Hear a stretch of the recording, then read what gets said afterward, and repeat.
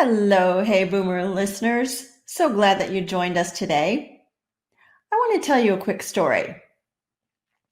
Back in 2017, I was working for a company out of Annapolis, Maryland, as their director of training. This company provided travel risk security and travel risk management for people that, were in corporations and traveling all over the world. And it was a great job. I really enjoyed it. I created an online university for them. And then in April of 2017, my boss called because I was working remotely. I was working here in Greenville, South Carolina. And he said that my services were no longer needed.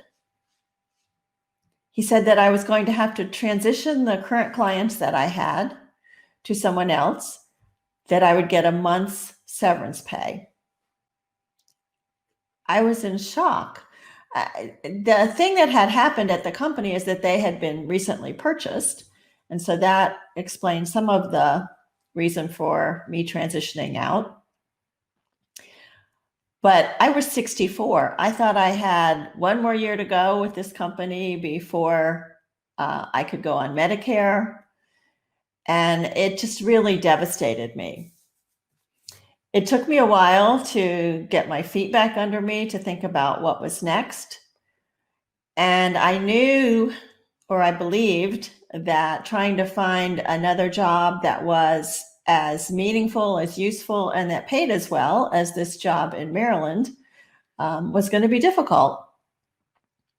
After about a year, I finally took another job for half what I was making, and that also had terrible hours.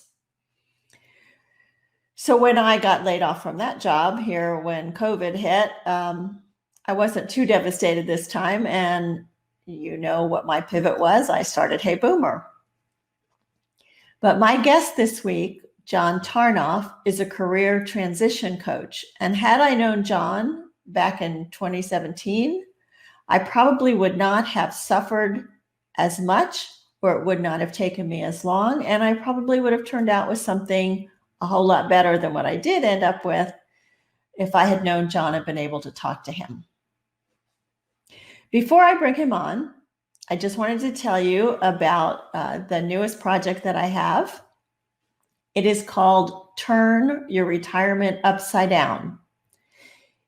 It's an 8-week program that I wrote. And the way it's going to work is that each week I will send you a new module. And each module is going to have exercises, reflection time, things that you're going to put some effort into, but none of you are afraid of a little effort. And then at the end of that week, you and I will schedule a phone call. And we will walk through what you learned, what you struggled with, dig a little deeper to come up with the insights that you really need to move into the next phase of your life in a way that is meaningful and relevant and useful and passionate to you. So if you're interested in finding out more information about that, you can email me at heyboomer0413@gmail.com. So let me bring John on. Hey, John. Hi there. Hi, everybody. Good to see you. Thank you. Let me tell them a little bit about you. So John Tarnoff is a career transition coach, a speaker, author who helps late career professionals transition to meaningful and sustainable second act careers beyond traditional retirement. John was fired 39% of the time during his 35 years as a film producer, studio executive, and tech entrepreneur. He reinvented his own career at 50 years old, earning a master's degree in spiritual psychology to focus on education and training. Additionally, he co-runs a graduate management program for Carnegie Mellon University based in Los Angeles. John is the author of Boomer Reinvention, How to Create Your Dream Career Over 50. Ta-da! And has been named a top influencer in aging by PBS Next Avenue. So welcome, John, to Hey Boomer. Thanks, Wendy. It's great to be here. I love your show. Thank you. So glad to have you. So take us back to when you decided to reinvent your career at 50. What brought that on and how you decided on the path you took? Sure. Well, as you mentioned, I have this long background in the entertainment business, a notoriously volatile field. But I learned over the course of these transitions of getting jobs, jumping to jobs, losing jobs, what resilience and sustainability really was about for a career point of view. So I learned a lot in that process. But I hit a real wall at 50. I had a startup during the tech bubble that had completely washed out along with everything else in 2001. And I really didn't know what I wanted to do. I really didn't feel like I either wanted to go back or could go back to the kinds of jobs that I had had on the film production side. And so I decided to take a break and I went back to school to earn this psychology degree. Not so much because I thought at the time that I wanted to be a coach or a counselor or a psychologist, but that I really needed to learn more about myself and who I was and where I wanted to go and what was going to be kind of more important for me at this stage of my life, to build a little bit more self-awareness.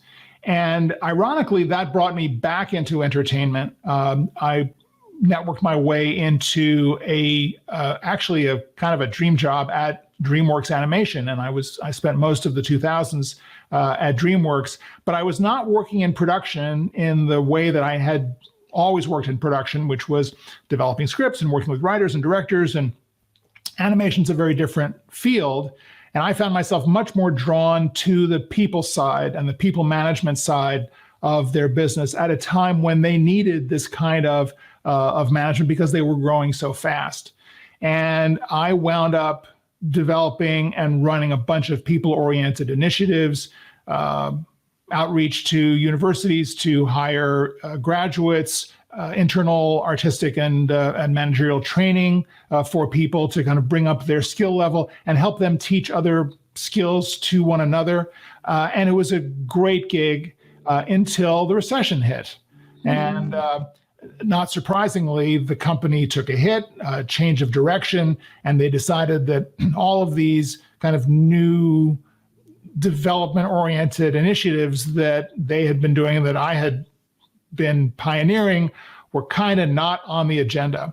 And so I realized it was time for me to move on. And interestingly, it was one of the most, I would say, adult, mature, caring separations that over my 18 or so jobs in entertainment, I'd never experienced anything like this before. It was really kind of a bittersweet mutual realization that we were going in different directions.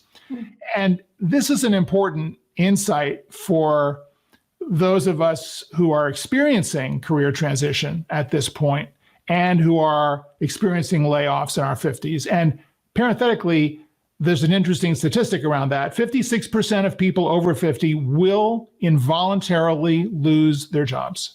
Wow, 56%. Period, paragraph, right?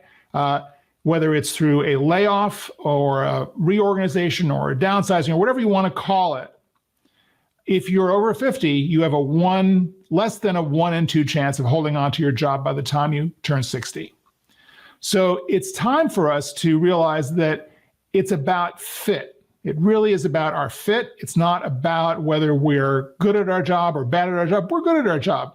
After 30, 40 years in the workforce, we know a thing or two. The question is, where can we best apply it? Mm-hmm. So the reinvention process for me is kind of a combination of all of this kind of introspective work that I did in my psychology degree, coupled with the resilience work of having had to change jobs so many times over the course of my career. So you're a very prolific blogger, John. I love reading your blogs. And in one of them, there's a familiar saying that all of us, and I think in this generation, is like, follow your bliss and the money will follow.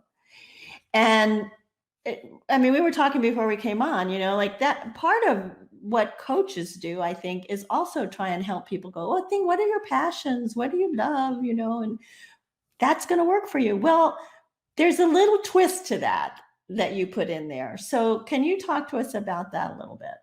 Sure. Well, the first thing I want to say about this is this question of assessments. And, Myers-Briggs and StrengthsFinders and Berkman and all these kind of great psychological tools that companies use to kind of figure out what you're good at, how to configure a team and what your emotional quotient is and your mindfulness and all that. It's very important work. However, it is not for you. So my concern about assessments is that you wind up getting pushed into a box that ends up limiting you, where you say, I don't know how many of you have kind of been around a room where you're kind of like trading Myers-Briggs designations. Oh, I am an INFJ. Oh, I'm an ENJ, whatever. Right. But you're not, right? You're more than that. So I really want to encourage everyone here to think much more individually about, who you are and not necessarily, find yourself limited into the box. And as to the question of bliss versus bliss and passion, the word that I use that you're alluding to is usefulness. Yes. And I actually kind of got this insight through a Gen Xer. I was listening to a graduation speech, commencement speech at Columbia, delivered by a guy named Mark Horowitz, who is a venture capitalist in Silicon Valley. And he's a Columbia grad, and he basically said in his speech something to the effect that if everyone who followed their bliss, or if every contestant on American Idol followed their bliss, they'd be a superstar. And the truth is you can follow your bliss, but that doesn't necessarily mean that the money will flow. And his suggestion was, this is where I got it, it was usefulness. Follow your usefulness. First, figure out what it is that you're really good at doing and really good at delivering. And look back over the many years you've been at work and in business. And remember the times where you really scored, where you really had a success, where you really connected with one or more people around something that you did that really panned out. And start to put those little touch points together to figure out how you can craft a message around what you do that's so truly useful.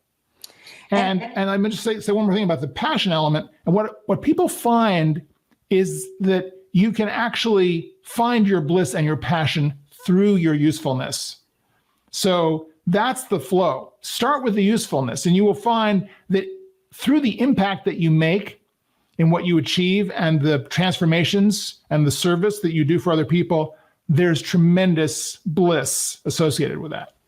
Yeah, and I think I was going to follow that up with, once you find your usefulness, once you start presenting that to potential employers or other people, your passion's going to come through, because you're going to feel so good about what you have done and accomplished. And feeling useful, I think, is ultimately important. I know my mother, who is 90, still works hard to feel useful. So yeah, I think that's awesome. Well, I think this goes along with the idea that as we get older, we are much more driven by meaning and purpose than we are by money and things. Mm-hmm. Yeah. So get into some details with me. You have your book, Boomer Reinvention. I've been laid off, okay? And I am now floundering around saying, who's going to hire me? I'm over 60. Where do I even get started? I tell all my clients to start with a journal. Start with a journal. So this is not your This is not your garden variety teenage high school diary. This is a daily, short, 1 page, 10, 20 minutes journal. I use this kind of notebook, very simple little Moleskine notebook. And I basically write, 1 page a day, every day. I scribble it down, handwritten. Don't do this with a keyboard. You want to experience the mind flow. The act of doing the journal and writing it in longhand is going to connect you to the inner knowingness inside. And this is where the spiritual psychology comes in, along with a lifting of the concept of morning pages from a great book by Julia Cameron called The Artist's Way, which many of you may be familiar with. Mm-hmm. And she's talking about how to get over writer's block, but I think the same thing applies in our career situation. If you get used to dialoguing with yourself through your journal every day, and it can be about nothing.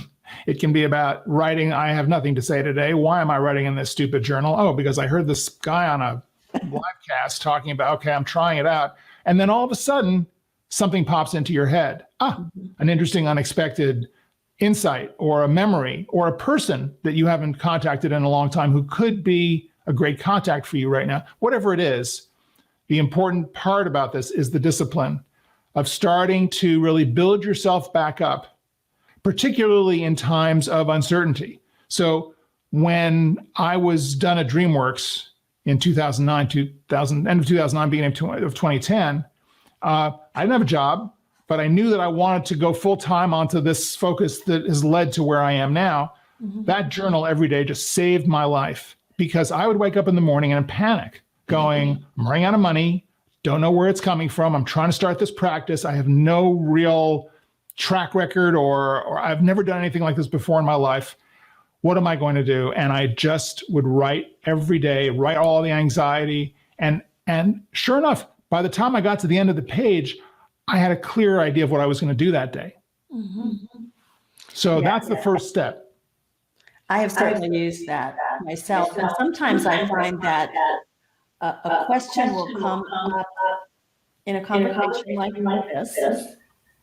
And I'll think, oh, that's a good question to journal about tomorrow. And so I'll just write it down at the top of my next journal page, because otherwise you're right. Sometimes you're sitting there going, I don't know what to write. What do I have to write about today? Yeah. And here's another little pro tip. So at the back of the journal, I keep a couple of Post-it pads, so that if I'm in the middle of the journal and I come up with an idea of, oh, I better call so-and-so, I don't interrupt the flow of the journaling. I write it on the Post-it and I go back to the journal. That's a really good idea. Okay, so you've come up with some ideas of who you are or what your usefulness is. And, we've got to update our resumes.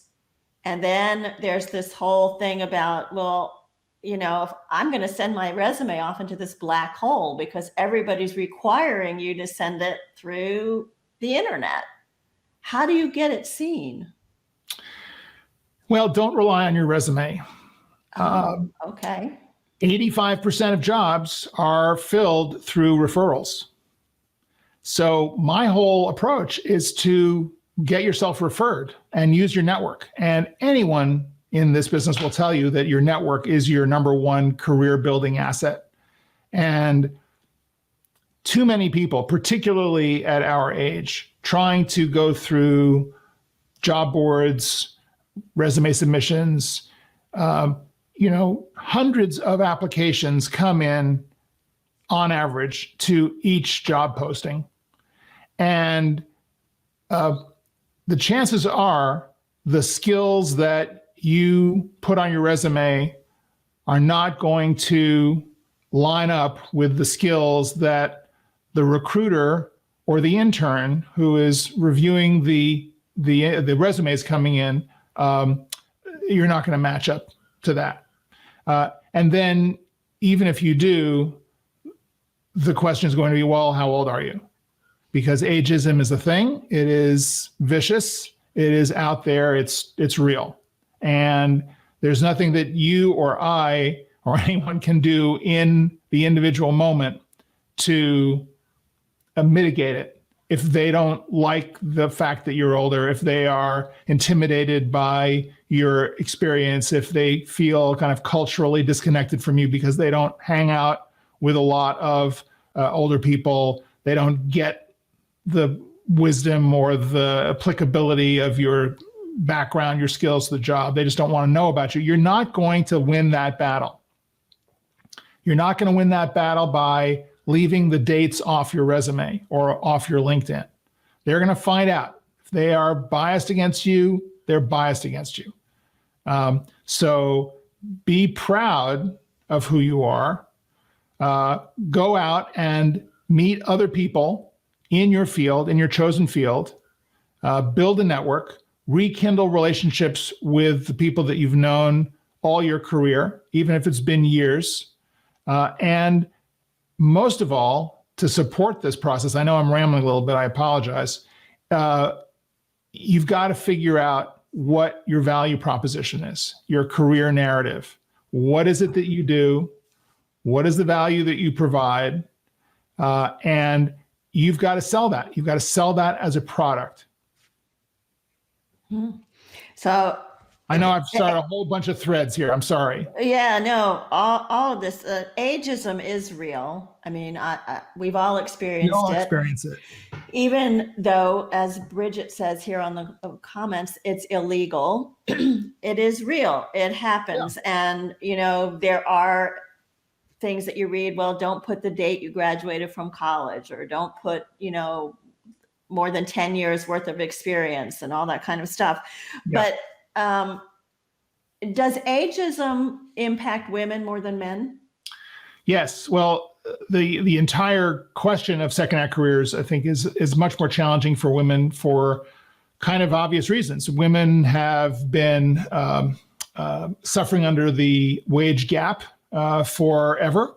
So there are all sorts of expectations that relate to women that don't relate quite as much to men. I think ageism applies worse to women in terms of how they're being perceived in the jobs market. And I also think that there are traditionally personal self-judgment questions that women are dealing with in terms of, are they entitled to continue working? Are they entitled to be in the workforce? That's happening at any age. And I think, the multiple waves of feminism are little by little, eroding that self judgment and self-sabotage that goes on. But all of these factors, when you get to be in an older age bracket, all of these compound, unfortunately. Yeah. And the question of also is, am I still good enough? You look at some of these job descriptions and you're thinking, I don't know all of that, Well, and I think that's where your usefulness comes in. Yeah, but this comes back to the question of stop looking at job descriptions and stop focusing your search on what you can fit into. Mm-hmm. If you're going to fit into a position, it's going to be because someone that or someone who has met you, who gets you, says, oh, don't worry about the job description. We need you at our company to do this role because I know that you're good. You need to meet all these people. Let me be your champion, your advocate. And again, it's the referrals, right? It's about the personal relationships. It's really hard to really describe the impact of a full life's career in a 2-page resume. Right. And what about starting your own thing? I mean, you did it. Now I'm doing it. And yes. We're in our late 60s, as we discovered. So, I think the need to feel useful and impactful and make a difference and relevant all continues on well past 50. Absolutely. I think that whether you start your own business, your own practice, hang out a shingle of some sort, now, by the way, is the easiest and the cheapest time to start a new business. You want to think much more entrepreneurially than you may have thought in the past, because it is, regardless of whether it's your business or someone else's business, it's the question of fit again. And fit is associated with an entrepreneurial attitude. You have to be there to solve a particular set of problems.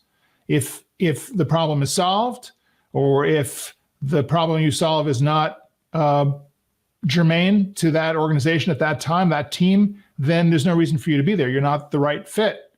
So you have to figure out what it is that you do. What is the dimension of your peg, and then you have to find the right hole to fit into that corresponds to the product, the service, the transformation that you provide. So again, it gets back to that self-reflective question. And so a lot of the process for me in career transition, career reinvention becomes about figuring out that value proposition. And it starts with your sense of usefulness. It starts with that retrospective look on your career and what you've excelled at. But it also requires that you reach out to people that you trust, people you've known for a long time, people who may actually in the past have had contentious relationships with you. So for example, I think it's a really good idea to talk to a former supervisor about what you should be doing, about what your strengths and weaknesses are and were, and to resolve questions that you may have about the past. I like to say that in order to create the future, you have to reconcile the past. And if you don't reconcile the past, every meeting that you go into, you're going to carry a little bit of that unease with you, to the point where someone might say, I really like this person. They were good. I think they could do the job, but there's something off. I don't know what it was. There was something that they were nervous. They didn't look me in the eye. I mean, whatever it is. And I think to a great degree, that stems from a lack of reconciliation, a lack of resolution about the past, insecurities that you might have about bridges that you burned, decisions that you made, jobs that you lost, whatever it is. You've got to kind of get that, whole. You've got to become integral with yourself. And working with other people who know you well, who are there to support you, can help you externalize this. Also, the journaling helps that, to the point where you go, okay, I'm ready. I'm clear. I'm putting the past behind me, and I'm completely focused on the future. And here's what I want to do. Here's what it solves. Here's how to describe it. Here's how I do it. Here's how much it costs. Here's how long it takes. All those who, what, why, where, when, and how questions. And you present that. You present that to as many people as you possibly can. And sooner or later, you will find someone who says, that's exactly what I need. Mm-hmm. And I think that clearing out some of the past is important. Like you now embrace without shame, I was fired. Yeah. This much percentage of my past. How did you get to being like, okay, everybody's going to say, oh, that's horrible. How did you get comfortable with that? Well, I think a lot of that has to do with the psychology training, and the psychology training really focused a lot on these questions of self-responsibility and self-forgiveness. And so learning some of those techniques was very, very instrumental in my ability to clear a lot more and worse stuff from my past than losing a job. But I will say there was a job that I didn't put on my resume for years. It was really the low point. It was in the early 90s, and I was kind of struggling, and I had come to the end of a contract with a company, and I didn't know really what I could do, and it was just a low point. And I got hired by this other company. The president of the company thought I was great, but he was in New York, and the LA office was where I was working, and they didn't think I was so great. They had no idea why I was there. I lasted 6 months. I really gave it a good shot. It was the wrong fit. It was absolutely the wrong fit. And I was kind of fired pretty ignominiously. It was like, come and see the head of the LA office, walk in, today's your last day, you're gonna pick up your check, get out of the office. It was like that. And I was crushed. Yeah. And I was mostly crushed because I had done this out of weakness. I had kind of tried to make something work that was wrong. I should have never done that. And I was humiliated, and I just didn't want to talk about it for years. And then kind of as I was writing the book, I realized, I need to take a dose of my own medicine here. So I wrote about it in the book, and I used it as a template for people to use in how to reframe a bad job loss, a humiliating situation, some kind of negative past memory that you want to clear. So there's some techniques to do it, and I talk about that in the book. Yeah, there's so much that you said in that, like taking something out of a sense of weakness or desperation. You just know it's going to be wrong. Right. And yet you're feeling desperate and weak. Right. So all the more reason not to do it at this time. Right. Right. I mean, don't make those decisions, particularly at this time, because, to be perfectly frank, we don't have that much time left, right? We need to make every day count. Mm-hmm. And I think part of the way we can make every day count is to make ourselves most important today. And so part of that has to do with making self-honoring choices at every opportunity. Use the journal to do this. Some of these self-forgiveness techniques that I talk about in the book. All of this kind of combines to clear your head from all of the limiting beliefs of the past about what I should be doing, or I should do this, or I was always told that I was good at whatever that is. It's a new day. It's a new opportunity. Take advantage of it. Be strong inside yourself. You can do it. You've survived this far. There's no reason why you can't turn this around. Yeah. And, I understand people being in this situation where they're worried about paying their rent or their mortgage. And so maybe you have to take something temporarily or part-time. But Absolutely. I think it's super important not to say this is my next career until you really take the time to think about what it is that you're good at and is it the right fit? Yeah. Absolutely. I mean, I think people, if you are in a situation where you've lost your job, you've got to put food on the table. You've got to focus on. I mean, it's Maslow's hierarchy of needs. You've got to start with the fundamental needs, and then take care of those needs first, whatever that looks like. It could be temping in a series of jobs that you really are much better than, but you need the work. Network your way to the temp agencies where you can get some work to tide you over. Build some momentum, but while you're doing that, have a plan. Build the plan. Do the journaling. Do the reconciliation work. Do the ideation around the work that you really want to do. Build some relationships. Everyone on this call has to have an active LinkedIn profile with a picture, with a about section that really describes who you are and what you're doing. And you can revise it, by the way, every day if you need to kind of adjust to the new thinking that you're beginning to adopt and express. Yeah, a couple of weeks ago, we talked with somebody about personal branding. And I think some of the work that we did on that call will also help people with what we're talking about today. It is. Yeah, because it is about who are you now, right? And how do you want to be seen in the world? Mm-hmm. Right. And what can you do for people, right? Well, I was going to say, one of the things that we talked about was that as you get older, your mission or your vision for who you are changes. And we talked about the generativity thing that Erickson said that it really should be moved up about 10 years from where he put it. Because Right. But I think that's a shift that we have to be cognizant of and own.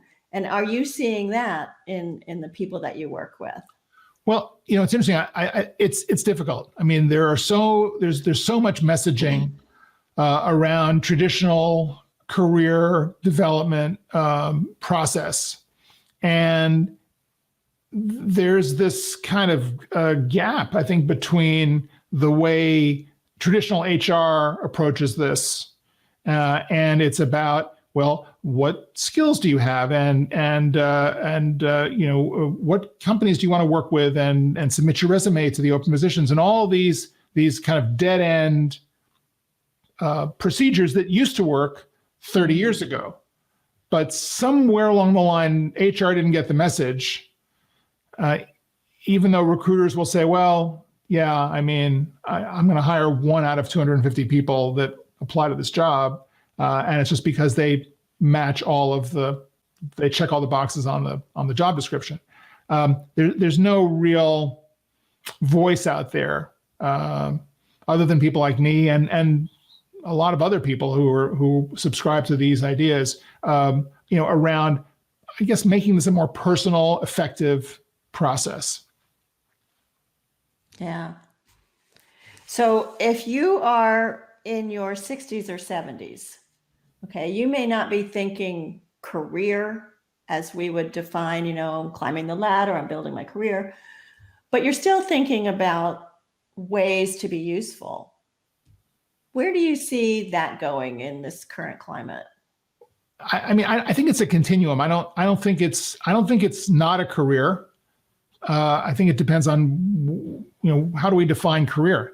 Career is the kind of the accumulated capability and wisdom that you bring to what you do, and a job is part of a career.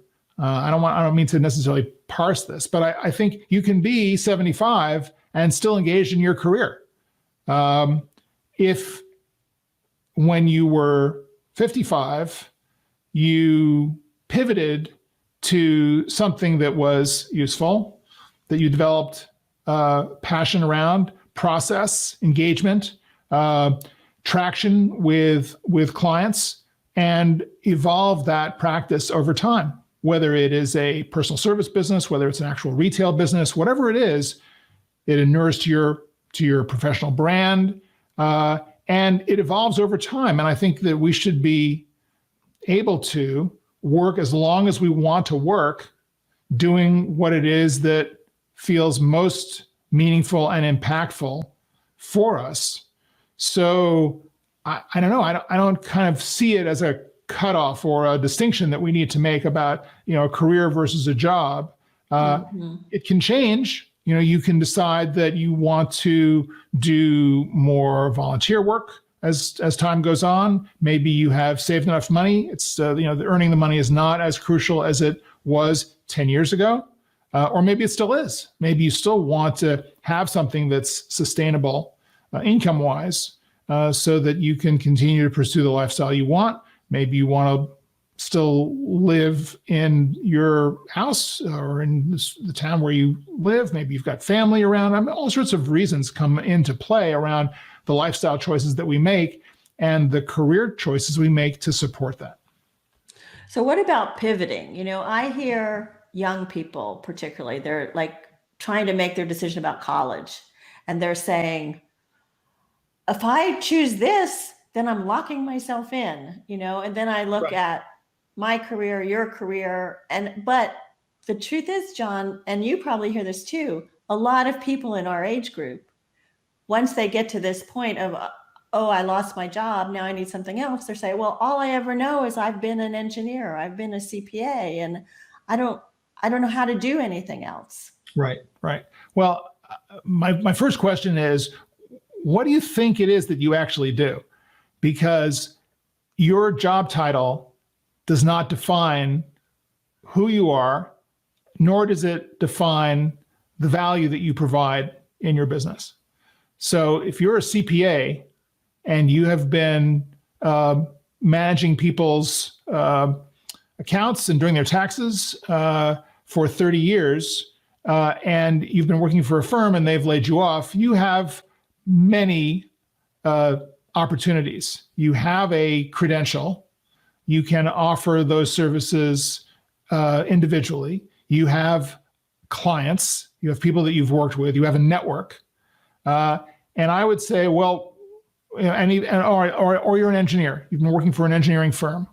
What is the specialty that you have loved doing? Of all the things that you were involved in, all the projects that you were involved in as an engineer, what are the most compelling?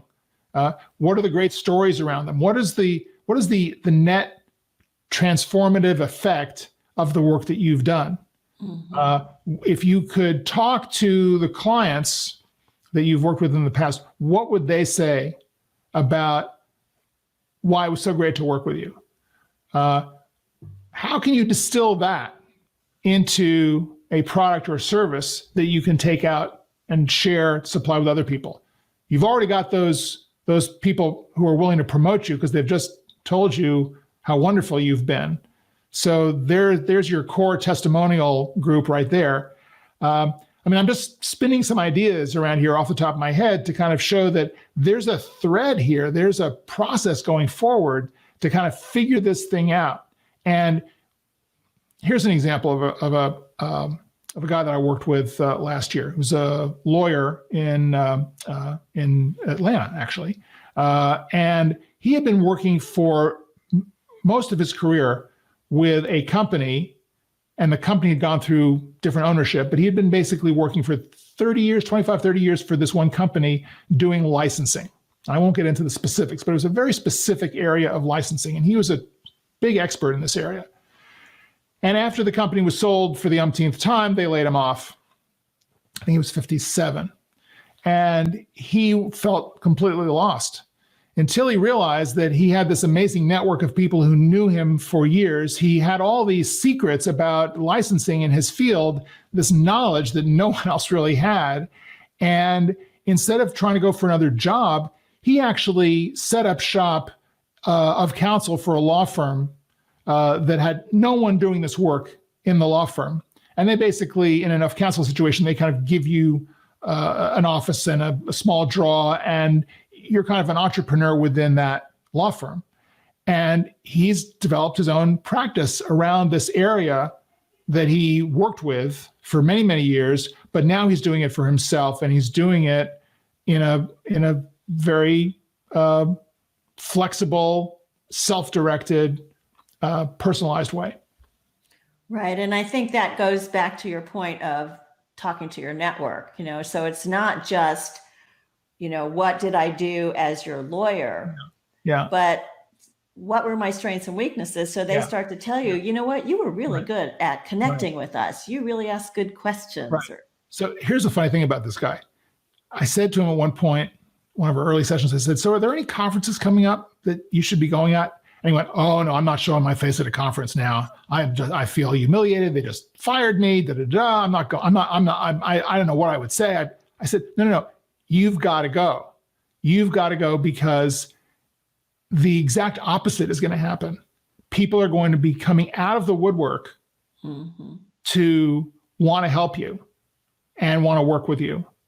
So your instinct is completely wrong here. And sure enough, he kind of went kicking and screaming. Fortunately, his wife agreed with me, and she pushed him to do it. And he came back and he was like, "Oh my God, you were so right. I've got 50,000 business cards of people who want to talk to me about something. And I reconnected with my mentor from 25 years ago, who I hadn't seen in forever, and he was so amazing. And we had dinner and da da da da." You just never know what's going to happen. Yeah. And so now during COVID, you reconnect on Zoom, or you reconnect in LinkedIn, and here we are. Yeah, I know. I mean, this is how I met you, was through LinkedIn. That's right. So yeah, it's a fabulous networking environment, LinkedIn. It really is. I love it. So John, I always like to ask my guests for 2 takeaways at the end. I know there's been a lot that we've talked about, but what 2 things would you really like to leave the audience with today? Well, the first thing that comes to mind is confidence comes last.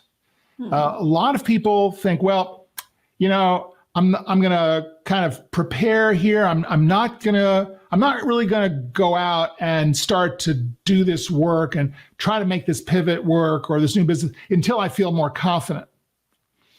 And the truth is, you're not going to feel more confident. You're going to feel confident way, way down the line in retrospect, and realize that you have built confidence around the risks that you've taken. And I think it's fair to say that some of those risks will not pan out, but I would venture to say that for most, if not all of you, the majority of the risks that you take will pan out. And, think about baseball. In baseball, batting 300 is a great track record, right? That's a great batting average. That's you get hits 3 out of 10 times. Yeah. Right? That's a 30% success rate. So if a 30% success rate is good in baseball, I would venture to say that your success rate in networking, finding connections that are going to be valuable for you is going to be probably more like 60 or 70%. So you've got to be willing to put yourself out there, take the risks, and the confidence will eventually follow, but don't wait for the confidence. So that's one thing. I've been vamping trying to figure out what the other thing Well, was. I was writing down, put yourself out there. Maybe that's number 2, take the risks. Well, absolutely. I think that you've got to. I mean, I would say that the thing that people are in my methodology, the thing that people are the most resistant about, and the lawyer is an example of this, but others as well, is this question of reaching out to former colleagues, former supervisors, managers, to have these deep conversations. And I talk about this process in detail in the book about going out and soliciting feedback. It's so important to find out how you are perceived in the world. And it feels very scary to sit down and have a constructive feedback conversation with someone. But everyone comes back from this saying, oh, I learned so much. It was not as bad as I thought. In fact, the consensus around the group of people that I talked to in separate conversations is that this is in fact my strength. Everything that I was kind of thinking maybe I could do, everyone says that's a great idea. So people come back from these conversations with actually a lot of confidence restored, because at least you know, right? At least you have a clear sense of, or clearer sense of what's going on out there. And I think so much of our uncertainty and our fears have to do with the fact that we just don't have the information, and we're afraid of hearing the information because we don't want to hear the bad news. In fact, the bad news is just a piece of information to help us course correct to a direction that's going to work. So I really encourage you all to just get that feedback, get the information, think of it as information, and what are you going to do based on the information? You know, if your heart has been set on opening up a cotton candy stand, and that's something you've wanted to do for 30 years, and everyone in your network says it's a lousy idea for A, B, and C reasons, you would be terrible at that. You're gonna, well, it may be crushing to you in the moment, but at least you know, and now you can focus on something that's going to work. Right. If you always like candy, just make candy instead. No, but that's a good point. And I know on another call, we had a question of, well, how are you going to know that you're going to get honest feedback? But I think you have to set it up first that, you know, this is for my own benefit. So please tell me what you think are my strengths. Please tell me what you think are my weaknesses. It's okay. I can take it because it's going to help me grow. Right. Exactly. And I think, look, you're going to get some people who are giving you straight feedback and valuable feedback, and then the others who won't. You want to do some pre-qualification to make sure you're talking to the right people. Follow your instincts about this. Mm-hmm. Well, this has been really helpful and useful. Thank you. And John has very graciously offered a free ebook to everybody on this call. I did put the link in the comment section, but the link is https://go.johntarnoff.com/ultimate. So this is a big ebook. So I don't give this away on my website. This is kind of like the soup to nuts second act career reinvention story. Other than what I've written in the Boomer Reinvention book, this is actually a more updated look at a lot of skills and processes and whys around the second act. And it's beautifully done, beautifully illustrated. Yeah, I really enjoyed looking at it. I think I think everybody should download it and get it because I think it's helpful and it's something that you can share with other people that you know that are in this same kind of situation. So thank you for that. Yeah, Pleasure. I'm gonna leave that link up while I tell you about our guest for next week. So her name is Shell Mendelson, and she is someone that I knew because she was the CEO of a franchise company that I worked for before. But Shell is now working with individuals, adults who have ADHD, and how is that impacting their life and their career. So ADHD affects anywhere from 4.4% to 8% of all US adults. I didn't realize that. It affects their productivity and it affects their mental health. And so Shell's going to talk to us about how she works with clients, how it impacts them, what are some of the skills that they need to be able to be successful in their lives and in the work world without necessarily medication, maybe sometimes medication, but it's not all the time. So I think that's going to be a real interesting focus, a very narrow perspective on career work. I always like to end these calls with a quote from C.S. Lewis. And C.S. Lewis said, "You're never too old to set another goal or to dream a new dream." This has been Hey Boomer. My name is Wendy Green, and thank you all for joining. I am so grateful for all of you, and thank you for your time today, John. Pleasure. It's great to be with you. Bye.